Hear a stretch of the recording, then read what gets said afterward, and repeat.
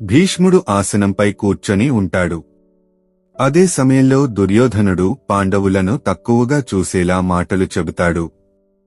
భీష్ముడు కోపంతో లేచి దుర్యోధనుని కఠినంగా మందలిస్తాడు. పాండవులు కూడా కురువంశానికి సమానమైన వారిని తక్కువగా చూడకూడదని హెచ్చరిస్తాడు. దుర్యోధనుడు అవమానాన్ని తట్టుకోలేక కోపంతో శకునిని కలిసి తన బాధను పంచుకుంటాడు.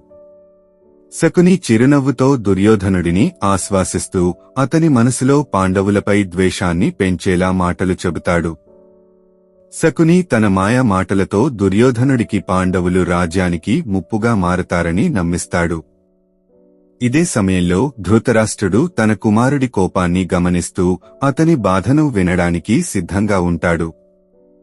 దుర్యోధనుడు తన తండ్రితో తన కోపాన్ని వ్యక్తపరుచుకుంటూ తాను హస్తినాపురానికి రాజుగా కావాలనుకుంటున్నాడని స్పష్టం చేస్తాడు. ధృతరాష్ట్రుడు తన కుమారుని ప్రేమతో రాజ్యభారం దుర్యోధనుడికే అప్పగిస్తానని హామీ ఇస్తాడు. దుర్యోధనుడు ఆనందంతో చిరునవ్వుతో శకునితో తన తదుపరి ప్రణాళికలు చర్చించసాగుతాడు.